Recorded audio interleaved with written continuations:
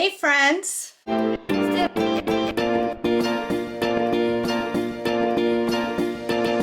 here today to do a flip through, I suppose, because it's certainly not an unboxing. This is for Silk and Sonder. This video is not sponsored. I bought this with my own money. My opinions, as always, are entirely my own. It's just that I have been deeply curious about Silk and Sonder planners literally for years at this point. And I had not taken the plunge yet because I wasn't sure what I was getting. So I decided to finally go ahead and start using Silk and Sonder, if only so that I could try them out and let you all know if I think it's worth the money.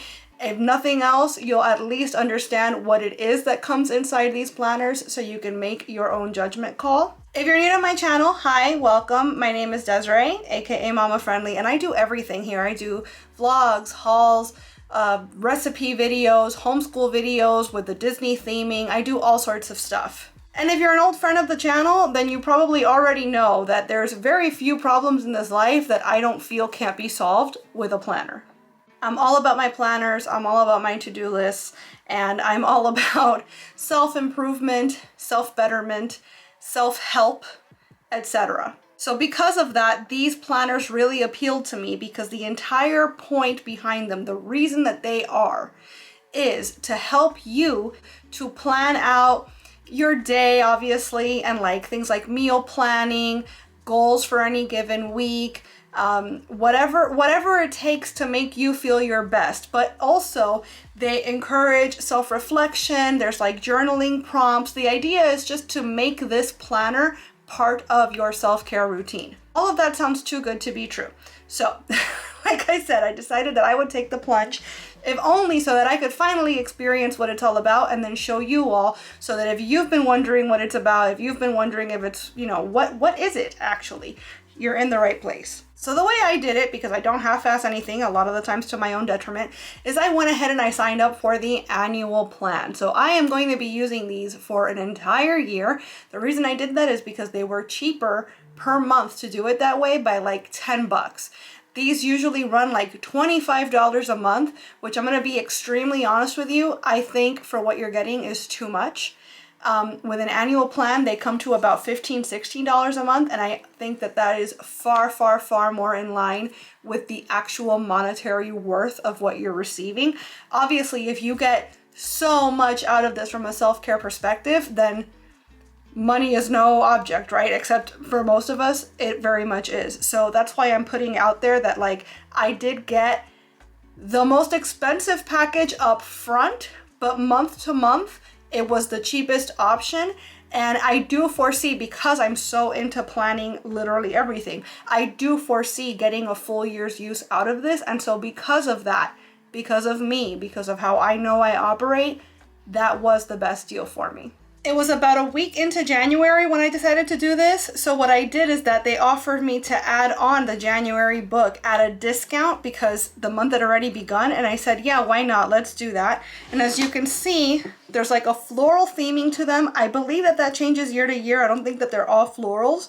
And also every month has its own theme. Again, it's always different. So January last year was not abundance, it was something else. February last year was not passion, it was something else, and so on. So every book has its own kind of like theming, its own course that it intends to set you on for the month. I'm not going to do a full flip through of January because I have been using this book. This book is written in, but I did want to bring them both out here to kind of contrast because they're not identical. It's not like they just printed out two books and then just put different covers on them. They are different. So at the very least, when the pages differ, I will let you all know. So you can see here, they both start exactly the same with the table of contents. I forgot what that was called. And so there's always all of these things included in the book, but not exactly, right? So the point is that it's not just a planner, it's got other things in it as well. So all of that happens first, and then the second half of the book is the actual weekly planner portion. So you can see that both months have like a letter from the editor, the creator, what have you, letting you know what the theme is for the month, why they chose it, what they mean by it, what they hope you get out of the book, and so on. January, being January, has a page here for yearly reflection, so it would have been like looking back at 2022, things you achieved, what you did, where you went. So I did not fill that in. That seemed like too much for me all at once. But yeah, so that's there because it is January, so it makes sense. For February, since that would not have made as much sense, there's just some sort of art here. So the next thing you have on both is your year at a glance and your monthly. The monthly does have holidays mixed in, as well as moon phases, or at least the full and new moon. We flip the pages and you can see we have future logs. So for January we have February and March. Then in February we have March and April. Idea being that if there's any important events, birthdays, appointments, whatever coming up in the next couple months, you can go ahead and write them down there so that later you can put them in the, I guess, weekly that pertains. And then you also have a plain like grid page here, graph paper, so that you can make notes, I suppose. So then the following page for both of these is reflections of the month prior, and then intentions of the month to come, which is the month that pertains to the actual book.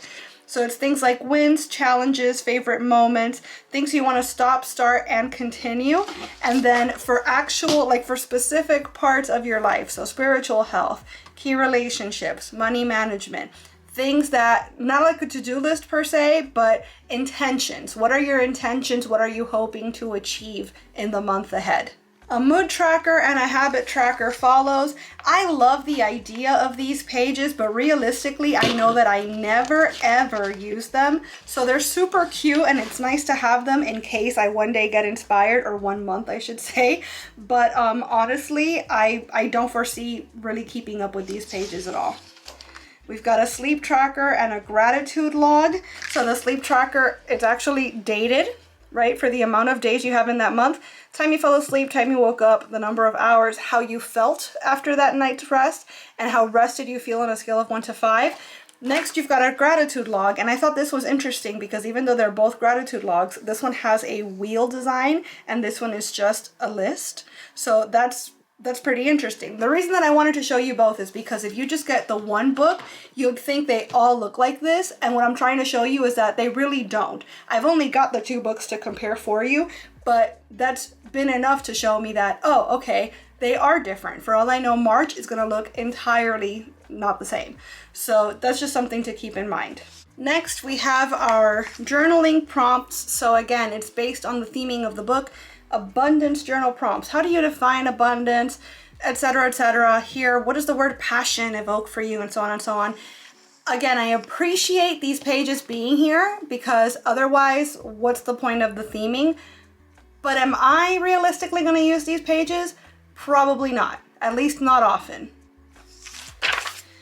The page that follows is a little different too. So in the January book, it says, a day in the life. Imagine yourself 1 year from now living your most abundant life. Who are you? Where are you? And so on. So it's another way of writing down your manifestations, but without just flat out asking you to do that.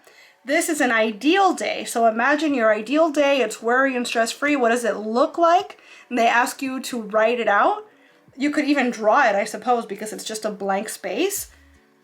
So if you're somebody a little more creatively minded than I am, I could see how you'd really appreciate these pages. More differences in the books. So we have poems about abundance and passion. And then on these pages here, we have a vision board for the abundance theme. And then on this page for the passion theme, it says to write a letter to your current self from your younger self. So again, this is something for somebody that really wants to do self-reflection and like self-work. And I'm not saying I don't want to do those things, but I do have my own way of going about it. And this does not really feel like me.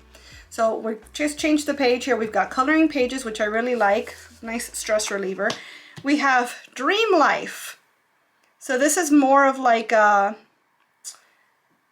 more something like a manifestation and a goal type thing, because it's what do you want to be, what do you want to do, and what do you want to have. Yeah, I think the January book in particular is just really big on manifestations, which makes sense. It's the beginning of the year. It's a time where a lot of people like to do their goals and resolutions and whatnot. So I get it. They're really leaning into that. I can't be mad at it.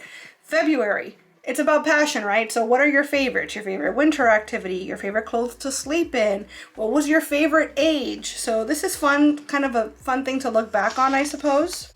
Every book has a recipe, which I think is really fun. For January, you've got some minestrone soup, and then cinnamon chili for February, really nice. I like that there's a spotlight ingredient, so they tell you why they chose that ingredient, all the health benefits that it has. You have a little panel here for rating and maybe putting notes, like if you changed an ingredient out or if you used more of something or less of something, you could write it out there. And if you really like the recipe, you could just tear it out and put it in a cookbook somewhere. Your abundance jar, fill the jar with all the ways you feel abundant. Write, draw, sketch, or use stickers. That sounds like fun. And then listing all of your passions, interests, and hobbies in these little clouds. More graph paper, just to kind of sketch, make lists, what have you. Then we've got our monthly expense tracker, which we have here as well. Here we have a crossword puzzle that's passion themed, and then on this page, you can see I already did it, we have a word search that's abundance themed. So again, is everyone going to have a game? I imagine so, but are they going to be the same? Probably not. They're not all going to be word searches, they're not all going to be crosswords. Maybe there's a third or fourth or fifth type that I just haven't discovered yet. So I think that that's pretty cool, the little surprise element. And now we're finally getting into the actual weekly spreads. So I'm going to stop showing you this because they're actually all the same from here on out. Plus, like I said, this one is written in already. So you start out any given week with this sort of dashboard spread, which I love. I've actually been getting so much use out of this spread. So the week is actually highlighted and it tells you week 5, 6, etc. of the year right there. Your weekly to-dos, so if there's any particularly like high priority things that you have to get done this week. A habit tracker down here. This I actually have been using because it's right in my face. Like it's every week you have it right here, which is the same reason I use the ones in my like my sticker planner, because it's all on the one page. Having to remember to come back here and fill in the little wheel or whatever it was, I can't be bothered to go through all, I can't even be bothered now to show it to you guys. So the fact that we've got habit trackers right here on the dashboard, A+, because these actually get used. This week I want to feel weekly major 3 goals. The wording of that is a little funky, but fine. So 3 goals there. I imagine that they don't intend for you to put to-dos here as much as I want to be hydrated. I want to feel like I did something good for someone every day, like that sort of thing. Meal plan, I've been using this tons and it's great. It's got a water tracker built right in. Mind and body health plan, I've been keeping track of my workouts here, or not keeping track, but rather planning them out, which is a big hindrance to me. That's kind of a strong word, but I can't think of a better one at the moment. I know that I have X amount of time every evening to work out, and sometimes I'm like, man, I feel like doing blank, but I really don't feel like doing, what workout do I do? So this way I'm just like, listen, I want to do 2 yoga, 2 cycling, 2 strength, and a stretching workout every week. So I'm going to write on Monday I'm doing blank, on Tuesday I'm doing blank, and so on. And so I'm picking specific workout videos or specific programs that I'm going to do. If it gets to be Tuesday and I'm really not feeling yoga that day, that's fine. I'll do Wednesday's strength workout. I'll just cross that one out and eventually I'll get around to this one. But at least having those 7 options laid out for me, it narrows it down to a point where I don't immediately have decision fatigue and just, I don't want to do it at all. I don't want to have to think. Nope, just grab one of them. Grab the one that you've already set for that day, and if that one's really just not your vibe, then grab one of the others. But eventually you'll get through all 7 and it'll be good. Shopping list, I don't really use this section because I've been using another part for that, but it's nice to have. And then I am loving. This is kind of fun as far as like maybe a particular hyperfixation food that you happen to be on, or a show that you watched that week that was really good. Like we recently binged Living with Yourself on Netflix. It's a Paul Rudd series that I didn't even realize existed, and we managed to get through the entire series in 2 nights. So that would have been a great entry for right here. And now we get into the actual weekly spread. So it's got all your days and dates up here. One thing, so I've been putting like birthdays and appointments up here, things that are like out of the ordinary. Otherwise, I pretty much leave it blank. weather, which I actually have been circling, whether it's like a sunny day, a rainy day, etc. And then in between the two boxes, there's not really like a designated area for it, but I've been putting the high and low every day. And then this right here, you can use it as a to-do list.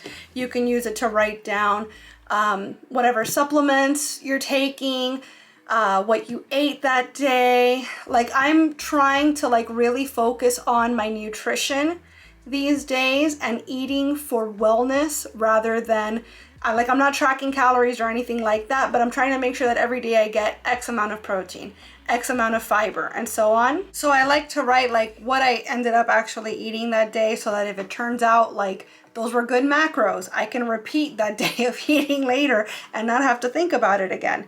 Actual workouts that I did, how I was feeling that day. So basically all the information that like the sleep tracker, for example, like I said, I'm probably not going to go back in and add to the sleep tracker, but if I slept particularly poorly or if I had like crazy nightmares or something, I'll probably write it down here. I already have my to-do lists elsewhere, so I'm really trying to focus on using these books specifically about me and my self-care and whatever sort of wellness things I am tracking in the moment. Like my cycle syncing stuff, all of that is ending up in these books. Then over here you've got, it just says scratch pad, so you can just use the space for whatever. This is actually where I've been writing down my grocery lists for the week, because as I run out of things, it's very easy to just go ahead and write it out here, and then I've got the whole thing in one place without having to switch back and forth. As you can see, for me particularly, and that's why I'm saying this is just my experience. Everybody's different. Everybody's going to have their own things that they're able to do or not able to do or willing to do.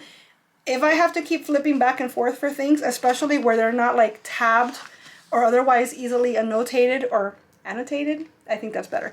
And I have to actually just flip through everything to try to search through the page each time, I'm not going to do it. Like, that's too much work for me, and that immediately makes that page no longer relevant. Like, if it's not right in front of me or easily accessible, it's not going to get used. And that's just how my brain works. So we go through here, we've got Saturday and Sunday, and then a page of scratch paper, a weekly reflections. So it's got a rose, a bud, and a thorn, a highlight of your week, an emerging opportunity, and a challenge this week. So nice way to reflect, think about how the week went, maybe think about how you want next week to go, things you could do differently, ways that you can take advantage of this emerging opportunity, etc. And then this piece of scratch paper, I've been using it for like, if I'm on the phone with the insurance company, I'm writing down all the information here so that later on when I go, oh crap, where was I supposed to fax that document? It's right there. I use this also for like recipe planning, budgeting, what bills need paid that week, and so on. Everything happens on this piece of scratch paper, and I know that this pertains to this week, and once I flip that page, I will probably never look at it again. So if it's something I need to reference more often, it's probably not going to end up here. And so on. So we go into the next week and the next week. Halfway through the month, you've got this currently page. The other one has it as well. So you've got a quote here, and then currently, what are you loving, feeling, enjoying, anticipating? Loving and enjoying feels a little redundant, but fine. Wishing for, what are you reading, what are you watching, and what are you planning? I was so big on currently pages back when I was blogging, because yes, your girl was chronically online before YouTube literally existed. I had several live journals and I had been blogging for years and years and years before I ever got into doing videos. And one of the big things I loved doing on my blogs were these currently things. Now I look back on them and it's like, okay, my favorite song in 2003, if you ask me right now how it goes, I don't think I've ever even heard it. And yet back then, apparently it was my favorite song. So it's always fun to kind of look back and see who you were in that particular snapshot in time. These are very much fun for me, so I will probably be using this. The month continues. All of it is exactly the same. And these are the same in both books, by the way. The structure of it anyways. I'm sure the decorations are probably a little different. So you see here, you've got just the last 2 days of February on the calendar, obviously. It does have all of this, and if you get into March, it will start on March 4th. So you won't start on the 1st, just because it's March. You will start on the very first Monday. I believe. Let me double check that for you actually, because I can. Trying to go into the first. Yeah, so on the first week of January, you can see it starts on the 2nd. Oh no, I lied. Look at that. I'm glad I checked. So even though January 1st was on a Sunday and that was the only day in all of January, we still started on December 26th. See, we've got Sunday there. And it actually says week 52 on the top.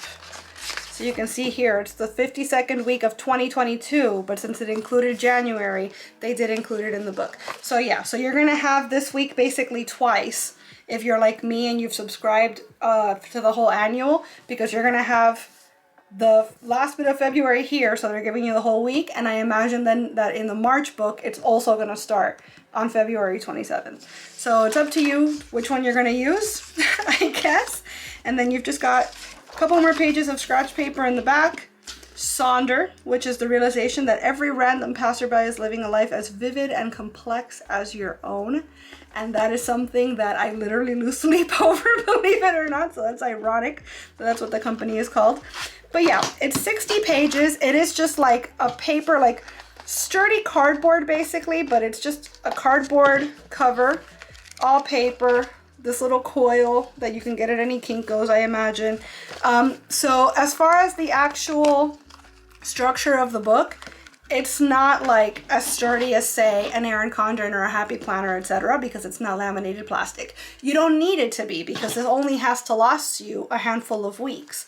For what comes inside, I think it's a great value. What you have to consider basically is, if you're only going to use it for this and for this, which to be completely fair is probably what I'm mostly going to use it for, then you're better off just getting an annual or a 6-month planner elsewhere, because this is going to end up coming to like easily over $150 a year, right? And for $150 a year, you can get yourself multiple full planners at pretty much any company. Even Erin Condren does not charge you $150, $160, $180 for a year's worth of planner. So this specific layout is fantastic. I love it so much, and I want all of my planners to look like this forever. But when you put it in those, like in that perspective, I probably am overpaying. If you're somebody that's going to really take advantage of all of the journaling prompts, of all of the like self-reflection prompts, the self-care aspect of it, then yes, I think it's worth it to you. I think it would be worth it to you, because you're gonna get more than just a typical planner experience out of this, and it's not something that you can just walk into a Target and pick up. It's something that's very specific to this product and this company, as far as all of my experience buying planners and using planners for the last 10 plus, 15 plus, 20 plus years of my life. So overall, I'm really happy that I took the plunge. I don't know if I'll do it again next year, just because of the cost situation. But so far, I'm really liking it. I love the idea of having a book just to myself, just to focus on me, think about me, the things that make me feel good, the things that keep me healthy and help my mind feel its best. That on its own really makes this worth the cost and worth the trouble, because so much of my life revolves around other people and their needs. And so if I can use this as a little treat for myself to keep myself, even if I'm not the main focus, but at least a focus, at least a priority, at least something on the list, then that's worth it to me. If you've tried Silk and Sonder, let me know how your experience has been. Having seen what comes inside, would you want to try it? I've just checked the website, and apparently I've got a $10 off, but you have to give me your email, so that's kind of a pain in the butt. I don't actually just have a code or anything to give you guys. So if you're interested, I guess shoot me a DM on Instagram and I'll let you know how to get $10 off. So yeah, that's my review. That's the flip through. I hope you guys enjoyed the video. If you did, I hope you'll please give it a big thumbs up before you go. Make sure you subscribe and click that notification bell because I post at least 3 times a week. Once a week on Mondays, I post Plan With Me videos to kind of give you insight into what's going on in my life on any given week. We decorate my book together. And I also let you know about all the uploads that are going up every day on the YouTube channel, so that if something sounds particularly good to you, you know when to return and watch. Thanks so much again for watching, and hopefully you'll be back real soon. Bye!